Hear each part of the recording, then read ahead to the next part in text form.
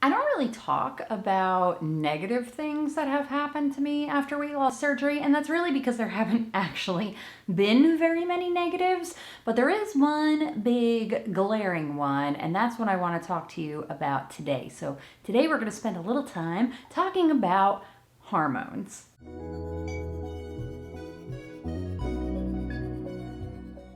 Welcome to my channel. My name is Sara, and I have been sharing my weight loss journey here on YouTube since April of 2020. Now, in August of 2022, I had a vertical sleeve gastrectomy or gastric sleeve. So I'm sharing those parts of my journey now as well. So if you are new here, welcome. Excited to have you. Please consider hitting that subscribe button. I am sharing the ups and downs of my weight loss journey with bariatric surgery included. And if that's something that interests you, or maybe you're considering surgery or you've had surgery, let's come together as a community. But that being said, if you're just trying to lose weight on your own without medical intervention, that's awesome too. Way to go on trying to take back your health. I hope you will follow along with my journey towards that exact same thing too. And to all my existing subscribers, welcome back. I am so happy to have you here. I've been really fortunate to not have had any issues really after weight loss surgery. I know everybody's experience is completely different. There are some horror stories out there. There are some, people who haven't been as successful as they want to be. But my journey so far, and I'm about 5 months post-op, have been really, really positive. And that's what I share most of the time. But there are a few things that have changed as my body is changing. So I wanted to talk a little bit about that today and kind of go through what my experience has been. It was really important for me to acknowledge before I started talking about this that my experience personally has been, pretty normal. I think right now I'm at the stage where I just feel like I'm living a normal life. I just can eat a lot less, if that makes sense. So this one kind of like messy aspect of my journey since weight loss surgery has been the hormonal changes. So there are a few things that change when you do have weight loss surgery. So first of all, your stomach is responsible for the hunger hormone, which is called ghrelin.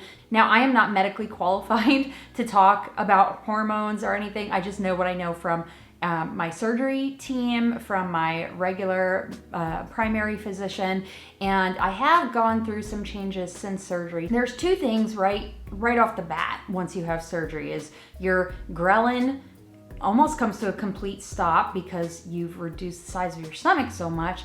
And then there's also leptin, which comes from your stored fat. And so right initially, those are two hormones that are kind of going cuckoo bananas because you've just made this major change to the organ that is responsible for your ghrelin production and then also your burning fat. So there's things that are just kind of getting a little wacky there.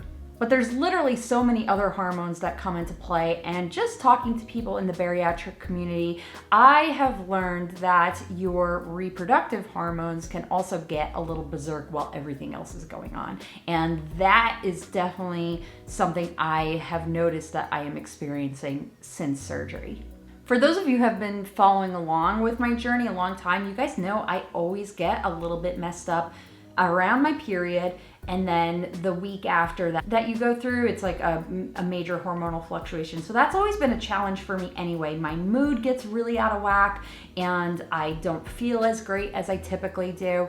And it's been actually a little bit exaggerated since I had surgery. Things that I noticed, my periods, which have always been really super duper predictable, almost exactly on schedule. I have been tracking my period for years and years, probably over 20 years at this time, and like clockwork. But since I've had surgery, my periods are kind of all over the place. At one point, I think this was around 3 months, I had my period twice within 2 weeks of each other, which was super, super weird for me. My periods have also gotten way heavier, which is weird because I've heard people say that like theirs got way lighter, or in some cases went completely away altogether. That's not been my experience. Mine actually got heavier and longer, as well as the frequency and regularity changes. I've always had a tough time with PMS symptoms too, mood being the biggest one. I get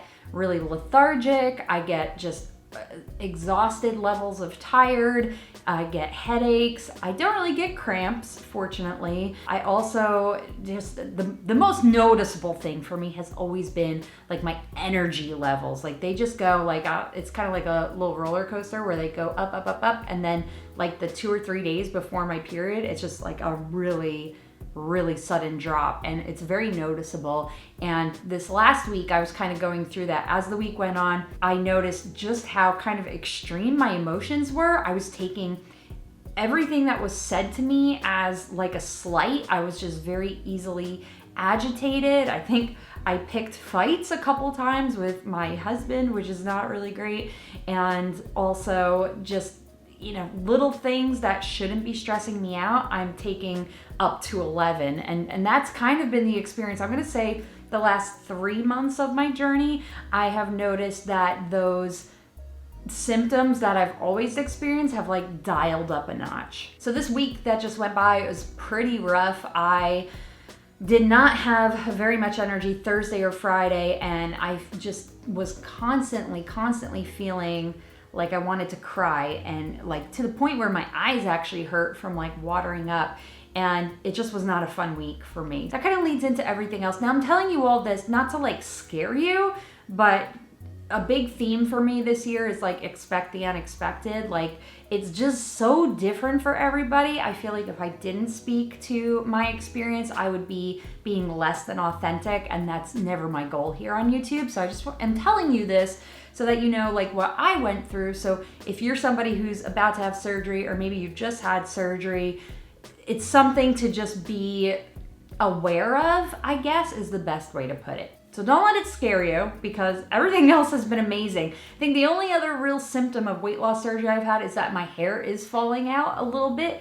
I don't think it looks like my hair is falling out yet, so fingers crossed for that. But my shower drain and my hairbrushes would tell like a very different story. I've definitely got a lot of hair coming out right now. So that being said, like if you are somebody who recently had surgery and your periods are concerning you, definitely bring it up to your bariatric team, your primary physician, whatever medical professional is with you and aware of, you know, the journey that you're going through. Keep that in mind that like this is what happened to me. Like I heard somebody had this. Could this be happening to me too?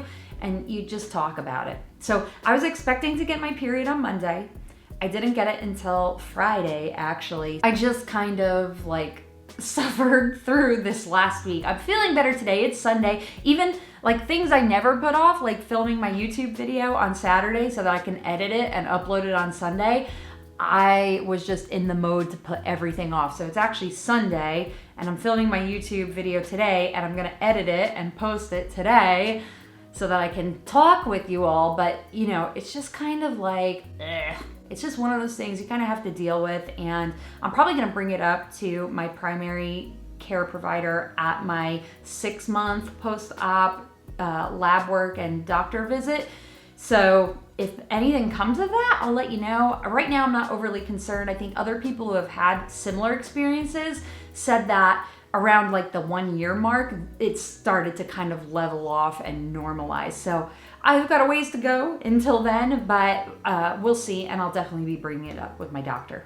I did still manage last week, despite feeling like overall doo-doo, to get into of the 3 days of my C25K training. I have decided, since I didn't complete the full week, that I'm gonna start week 5 today. I actually already did it today. I don't know why I'm saying it like that. This morning I did C25K week 5, day 1 again, and it went great as I expected. It went great last week. If you're following that along on my Instagram, I do post regular C25K updates. I haven't posted one today because I put off filming this video, but I'm really focusing on like those smaller updates on my C25K training on Instagram, and I'll give you kind of the overall update here. But I'm feeling good. The intervals are getting longer. We're a little over halfway through the program. I think it's an 8-week program, so I've got 3 weeks left until I'm running the full 35-minute circuit, which should be a 5K at that point, and I'm feeling so excited about it. Like, I just love,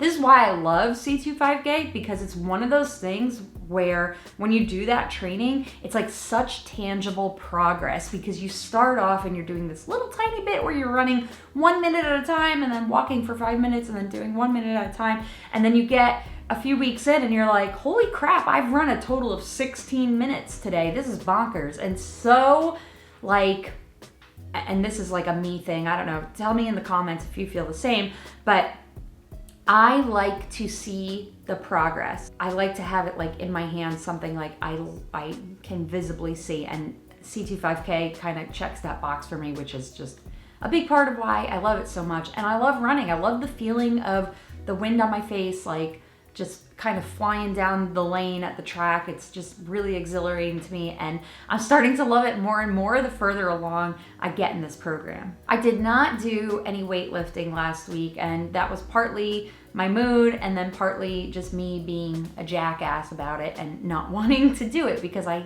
don't like it. So I did it week 1, like I said I was going to, and then I kind of dropped the ball on week 2. But the only thing I can do about that now is move on and try again this week. I've got it scheduled. I need to actually put a plan in place of what I'm going to do so that I know I'm going to do it. And I just have to get over this mental hurdle of me not liking it, and that's been the biggest struggle all along. You guys know that. I've told you that a million times. Everything else this week was pretty fine, besides being like a moody mess. I still hit my protein goals, hit my water goals. Now, last week I weighed in at 191.4 pounds. This week I weighed in at 186.2 pounds. That is a loss of 5.2 pounds for the week. Since I started this journey in April of 2020, I am down 88.2 pounds, getting closer and closer every day to that 100-pound goal.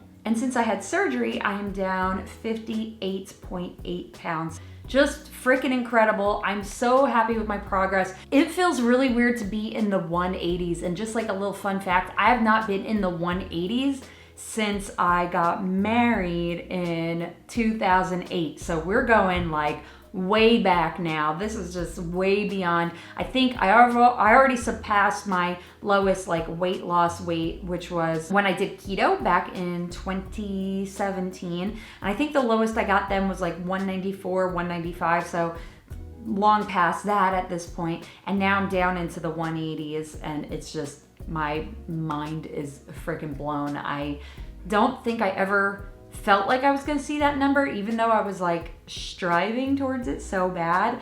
I'm just ecstatic. I'm so happy with my progress. I want to leave you with a really funny anecdote. So me and my family went out to a pizzeria last week, and we were, I was done eating at this point, and my family's still kind of eating. And on one of the appetizer plates, there was just like some melted mozzarella cheese. And I had said at the table, I'm like, I am so full, I can't eat anything. But I was picking at this mozzarella cheese, right? And my husband says something along the lines to me. He's like, be careful, don't overdo it. One little bite, you don't want to feel sick or whatever. And so I said, in my typical like self-deprecating humor kind of voice, I was like, yeah, well, my fat ass just can't pass up a little bit of melted mozzarella. And my husband, without like missing a beat, goes, you can't say that about yourself anymore. You're like 190 pounds. You can't call yourself a fat ass. You're not fat. And I literally stared at him for like 30 seconds, just like, I was totally speechless. So just a funny little thing. Again, don't forget, follow along with my journey by hitting that subscribe button. I love sharing my journey with you, and I'm so happy to have you here. If you're new, leave me a comment below. Be sure to say hi, and until next time, I will see you real soon.